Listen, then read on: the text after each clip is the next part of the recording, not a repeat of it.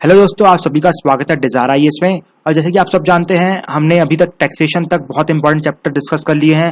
और फिर हमारे जो आगे का रूट है, मतलब जो आगे जो चैप्टर्स आने, for example WTO, world bank, IMF, employment और फिर इसके बाद पॉवर्टी, सब जो चैप्टर्स आने वाले हैं उसके ऊपर मैंने पिछले लेक्चर में शुरू के 2-3 मिनट बहुत इंपॉर्टेंट चर्चा की है। तो मैं रिक्वेस्ट करता हूँ आप उन सबको देखें। उसके बाद आपकी जो कमेंट करने की क्षमता है, जो कोई बोलना चाहता है कि सर आप फास्ट पढ़ा रहे हैं ऑल दीस थिंग्स, वो खुद ही कम कर देगा, जस्ट बिकॉज वो मैं आपके लिए कर रहा हूँ। ठीक है, मेरा कोई इसमें फायदा नहीं है।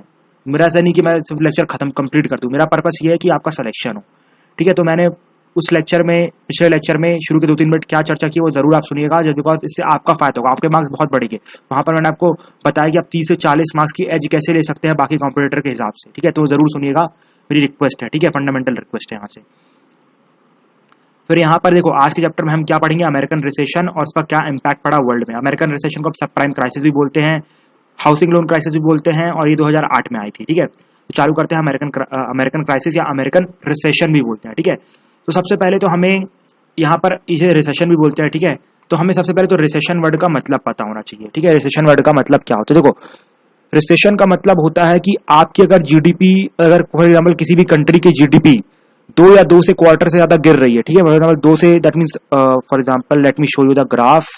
ठीक है, consider this is the graph. ठीक है, अब ये किसी जीडीपी है। ठीक है, किसी कंट्री की, मान लो ये शुरू के 4 क्वार्टर है, वहां पर अच्छे से चल रही थी, लेकिन जो 5वां क्वार्टर है वहां गिर गई, छोटा क्वार्टर गिर गई और 7वां क्वार्टर भी गिर गई, तो अब इसे हम बोलेंगे इकोनॉमी इज इन रिसेशन। ठीक है, जीडीपी की किसी भी कंट्री की 3 क्वार्टर के लिए गिर गई। क्वार्टर तो समझते हैं ना, अगर नहीं समझते तो टेंशन मत लो यार, नेशनल इनकम चैप्टर आएगा वहां पर डिटेल में समझाऊंगा। बाकी तब तक के लिए समझ लो, आप थोड़ा इंटरनेट में पढ़ सकते हैं। ठीक है, बाकी लेकिन समझाऊंगा डिटेल में, इसकी टेंशन मत लो। इसके बाद ये जो रिसेशन आया था अमेरिका में 2008 में आया था। ठीक है, कब आया था, 2008 में आया था। इसे हम सब प्राइम क्राइसिस भी कहते हैं और इसे हम हाउसिंग क्राइसिस भी कहते हैं। अब इसे सब प्राइम क्राइसिस क्यों कहते हैं, जस्ट बिकॉज कि इसमें जो लोन दिया गया था वो सब प्राइम कस्टमर्स को दिया गया था और उनकी वजह से ही ये क्राइसिस आई थी। देखो, सब प्राइम कस्टमर वो होते हैं जिन्होंने पास्ट में डिफॉल्ट किया। फॉर एग्जाम्पल कि अगर आप मान लो, हमारे जहां जैसे आप कह सकते हैं कि जो हमारे विजय माल्या साहब है वो सब प्राइम कस्टमर है, जस्ट बिकॉज उन्होंने पहले भी 10,000 करोड़ का गबन कर चुका। अब मान लो अगर 10 करोड़ का गबन पहले भी कर चुके हैं, दोबारा पंजाब बैंक के पास आएंगे, दैट मीन्स लोन मांगने, तो क्या बैंक देगी? नहीं देगी ना। लेकिन अमेरिका में क्या किया, ऐसे कस्टमर्स को लोन दे दिया गया। ठीक है, इसकी वजह से ये क्राइसिस आई। ऊपर से इसे होम लोन क्राइसिस भी कहते हैं, जस्ट बिकॉज की ये जो क्राइसिस थी वो होम लोन की वजह से हुई थी, मतलब जो सिक्योर डिपॉजिट रखा गया था। देखो, अब ऐसा तो है नहीं कि सब प्राइम का अब दोबारा ये जो अपने विजय माल्या को लोन देंगे, तो ऐसा तो है नहीं विदाउट गारंटी देंगे। अभी तो पहली बार तो हमने विदाउट गारंटी दी थी, लेकिन इस बार जो हम देंगे कुछ दैट मीन्स सिक्योरिटी लेंगे। तो मैक्सिमम जो सब प्राइम कस्टमर थे उन्होंने हाउस लोन्स, दैट मीन्स जो उनके घर थे उनको गिरवी रखा था, इसलिए हम इसे हाउस लोन क्राइसिस भी कहते हैं। और हाउस लोन क्राइसिस में बैंक इसलिए मान गई थी, वैसे वहां की बैंक भी पागल नहीं है जो सब प्राइम कस्टमर को लोन दे देगी, इसलिए मान गई थी कि देखो, अगर फॉर एग्जाम्पल अब दोबारा मान लीजिए विजय माल्या साहब आते हैं, वो बोलते हैं कि भैया मानता हूं मैं सब प्राइम कस्टमर हूं, मैं आपका फेलियर हूं, दैट मीन्स मैं डिफॉल्टर हूं, लेकिन आप क्या करो, मेरा घर गिरवी रख लो। ठीक है, मान लो मेरा 10,000 करोड़ का घर है, आप 10,000 करोड़ के घर को गिरवी रख लो और मुझे 10,000 करोड़ का लोन दे दो। तो सिंपल सी बात है, कोई भी मान जाएगा, जस्ट बिकॉज कि आप अपना गिरवी रख रहे हो। अगर हमारा लॉस भी होगा तो हम आपका घर बेच के निकाल लेंगे, सिंपल सी बात है। यहाँ पर भी ऐसे लोन दे दिया गया। अब इस क्राइसिस की शुरुआत मानते हैं कैसे होती है, तो यहाँ पर कुछ बेसिक टर्म से सब प्राइम क्राइसिस क्या हो, सब प्राइम का मतलब क्या है, होम लोन सी सिक्योर्ड लोन के होते हैं, ऑल दीस थिंग्स हमने डिस्कशन किया। ठीक है, अब चालू करते हैं यहाँ पर कैसे ये क्राइसिस होना चालू होती है। देखो, आप सब जानते हो कि होम लोन एक अच्छा सिक्योर्ड लोन है। तो क्या हुआ, अमेरिकन जो बैंक्स थे वो लोग बड़ा प्रॉफिट चाहते थे। अब वहां पर बैंक के ऊपर जो फेडरल रिजर्व है उसका ज्यादा कंट्रोल नहीं है वहां के बैंक्स के ऊपर। ठीक है, तो वहां के बैंक्स अच्छा प्रॉफिट चाहते थे। और वो लोग प्रॉफिट कैसे पा सकते हैं, अगर किसी को लोन देंगे तो उससे इंटरेस्ट रेट आएगा, तो वही उनका प्रॉफिट था। बैंक का प्रॉफिट तो इंटरेस्ट रेट ही होता है। तो उन्होंने क्या सोचा कि जो बाकी लोग हैं वो तो लोन ले ही नहीं रहे, तो हम क्या करते हैं, सब प्राइम कस्टमर्स को लोन देना चालू करते हैं। ठीक है, हम क्या करते हैं, सब प्राइम कस्टमर को लोन देना चालू करते हैं। अब लोगों ने पूछा कि भैया उसे गिरवी क्या रखोगे, तो लोगों ने बोला कि भाई हम उनके घर को गिरवी रख लेंगे।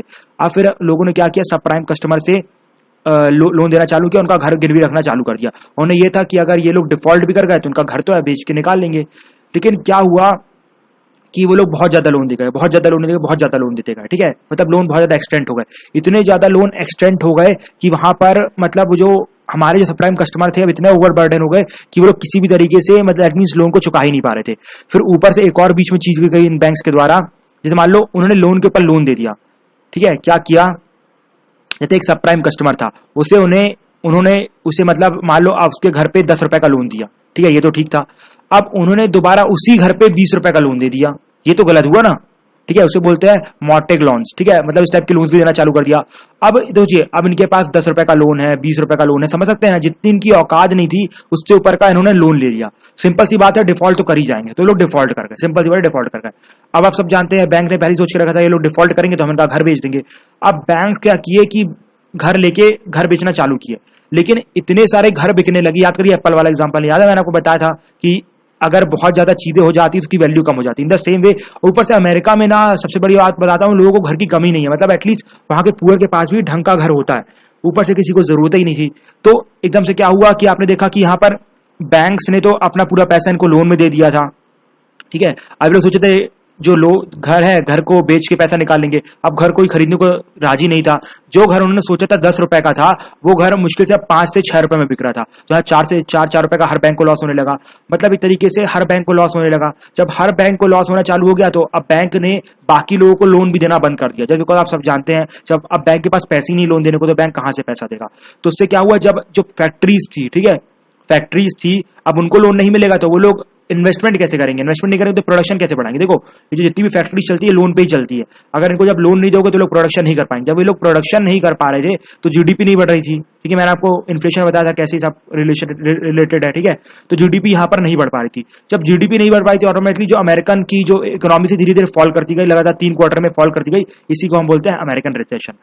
तो हाउसिंग लोन की वजह से या सब प्राइम कस्टमर की वजह से ये लोन हुआ, इसलिए हम कहते हैं सब प्राइम क्राइसिस। अब देखो अभी हमने क्यों पढ़ा, बहुत जगह रिसेशन आता है, ऐसी बात थोड़ी ना कहीं पर भी। देखो अमेरिका में रिसेशन आया, that was a big thing, just because कि अमेरिका में अगर चीजें कम हुई तो सिंपल सी बात है उससे चाइना कनेक्टेड है, इंडिया कनेक्टेड है, मतलब जितनी भी वर्ल्ड की जितनी भी बड़ी बड़ी यूरोपियन कंट्रीज है सब लोग उससे कनेक्टेड है, ठीक है। अगर अमेरिका में गिरावट आई, जैसे फॉर एग्जाम्पल अमेरिका में जो चीजें बन रही थी अब वो बाकी जगह नहीं जा रही, जस्ट बिकॉज अमेरिका में अब चीजें बनी नहीं रही है, ठीक है। तो अब लोगों में बाकी कंट्रीज में फॉर एग्जांपल आप समझ लीजिए अब यूके में वो सब चीजें नहीं जा रही है, तो यूके में चीजों की कमी पड़ जाएगी, तो यूके में भी मतलब इन्फ्लेशन आएगा, फिर और भी कंट्रीज में कमी पड़ेगी, वहां भी इन्फ्लेशन आएगा। समझ सकते हैं ना कैसी अमेरिकन रिसेशन की वजह से बाकी कंट्रीज को लॉस होने लगा। अगर आप समझ में नहीं आ रहा कैसे रिसेशन आएगा, कैसे इन्फ्लेशन बढ़ेगा, तो आपने मेरा इन्फ्लेशन का चैप्टर नहीं देखा है, तो आपको इन्फ्लेशन का चैप्टर देखना पड़ेगा, ठीक है।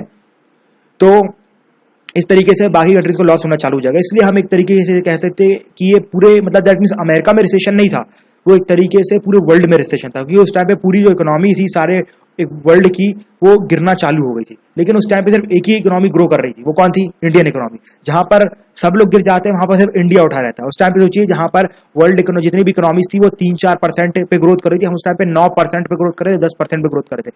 सोच रहे कि इंडिया क्या कदर था उस टाइम पे, ठीक है। तो ये थी हमारी सब प्राइम क्राइसिस। अब इसके कुछ काफी कॉन्सिक्वेंसेस थे, ठीक है, काफी नेगेटिव और पॉजिटिव कॉन्सिक्वेंसेस थे। देखिए लेकिन उससे पहले क्या हुआ, जब रिसेशन हुआ तो हमें ये जानना पड़ेगा रिसेशन के रीजंस क्या थे, क्यों रिसेशन रीजन ये हुआ।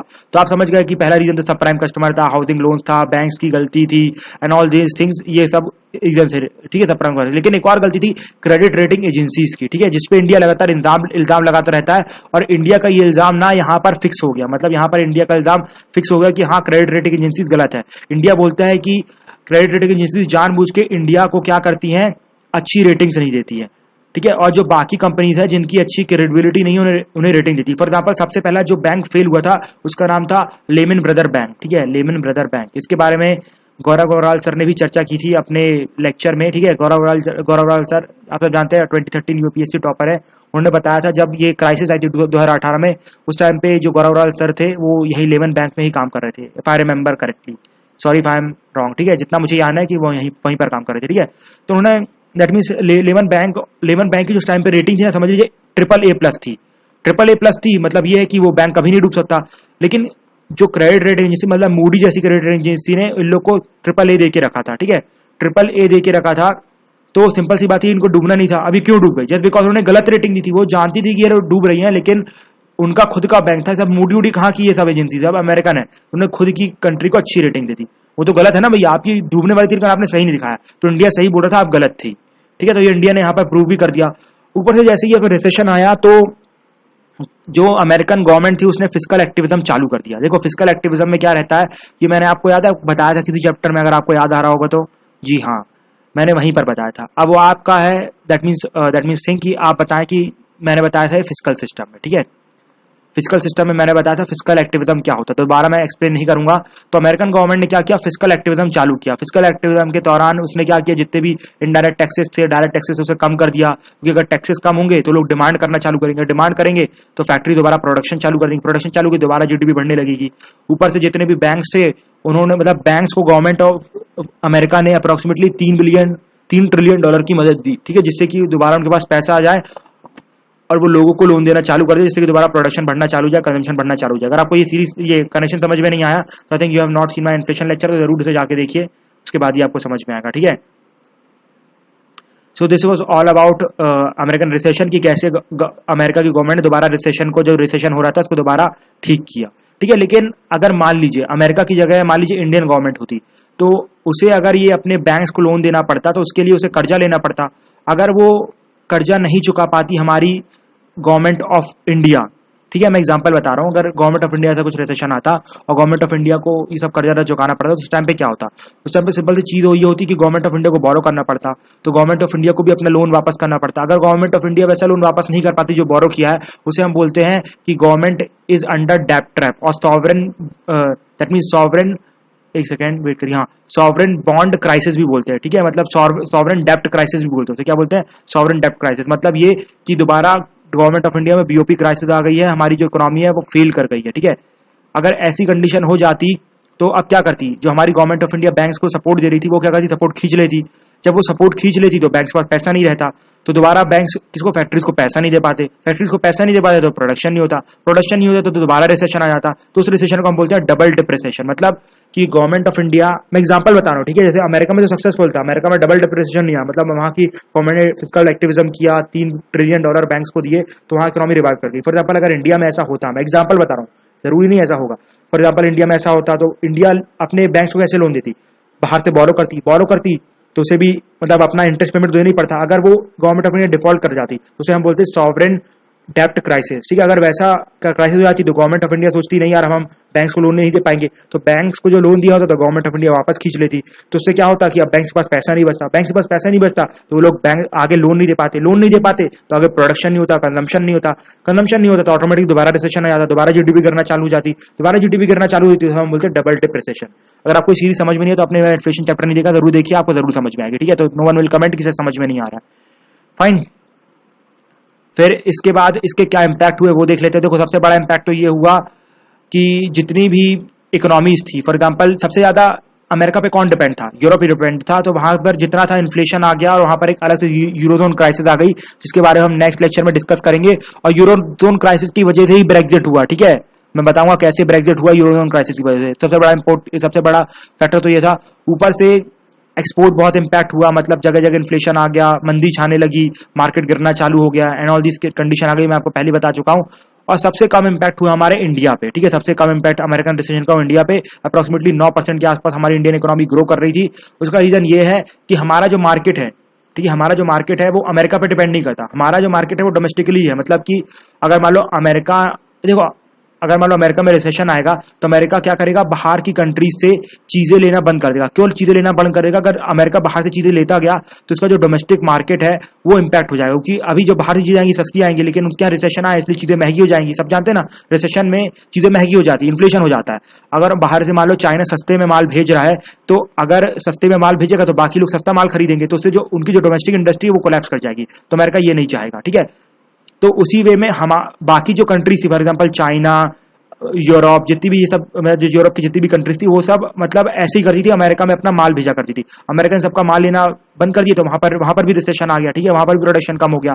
लेकिन इंडिया में ऐसा नहीं हुआ, जस्ट बिकॉज कि इंडिया ज्यादा एक्सपोर्ट ही नहीं करता है। मतलब पहली बार हमें अपने कम एक्सपोर्ट का फायदा हुआ है कि हम एक्सपोर्ट नहीं करते, हमारे जितना भी मार्केट है हमारे इंडिया में मतलब सब खत्म हो जाता है, तो हमारे यहाँ पर प्रोडक्शन लेवल में कोई भी कमी नहीं है। ऊपर से हमारा जो इकोनॉमी थी वो लेस कैश इकोनॉमी थी, उसकी वजह से भी हमें कोई प्रॉब्लम नहीं हुई, ठीक है, अभी भी हम लेस कैश ही हैं, ठीक है। और ऊपर सबसे बड़ी बात ये, लेकिन जो इंडियन कंपनीज एक्सपोर्ट पे डिपेंड करती थी, फॉर एग्जांपल जो बाहर एक्सपोर्ट करके पैसा कमाती थी, उनको बड़ा लॉस हुआ, जस्ट बिकॉज की बाहर भी एक्सपोर्ट सबने लेना मना कर दिया। जस्ट बिकॉज आप सोचिए, जब अमेरिका इंग्लैंड को मना करेगा कि भैया हम आपका एक्सपोर्ट नहीं ले सकते बिकॉज हमारे यहाँ रिसेशन है, तो ब्रिटेन में भी रिसेशन आ जाएगा बिकॉज उनके यहाँ भी प्रोडक्शन कम हो जाएगा। जब बाहर बिक ही नहीं रहा माल तो कंपनीज क्यों प्रोडक्शन करेंगे, ठीक है, तो वहां भी प्रोडक्शन कम हो जाएगा। जब वहां पर प्रोडक्शन कम होगा तो वहां का भी जो माल है वो महंगा हो जाएगा, जो समझ रहे हैं ना, जो चीजें महंगी हो जाएगी। जब मान लो इंडिया की कुछ कंपनी इंग्लैंड को एक्सपोर्ट करती थी, जब वो वहां पर एक्सपोर्ट करने जाएंगे वो बोलेंगे कि भैया हमारे यहाँ वैसे ही रिसेशन आ रहा है, तो हम कहाँ से ले लेंगे आपकी चीज, अगर आपकी चीज ले लेंगे सस्ती चीजें तो हमारा तो डोमेस्टिक मार्केट ही खत्म हो जाएगा, तो हम आपकी चीज नहीं लेंगे।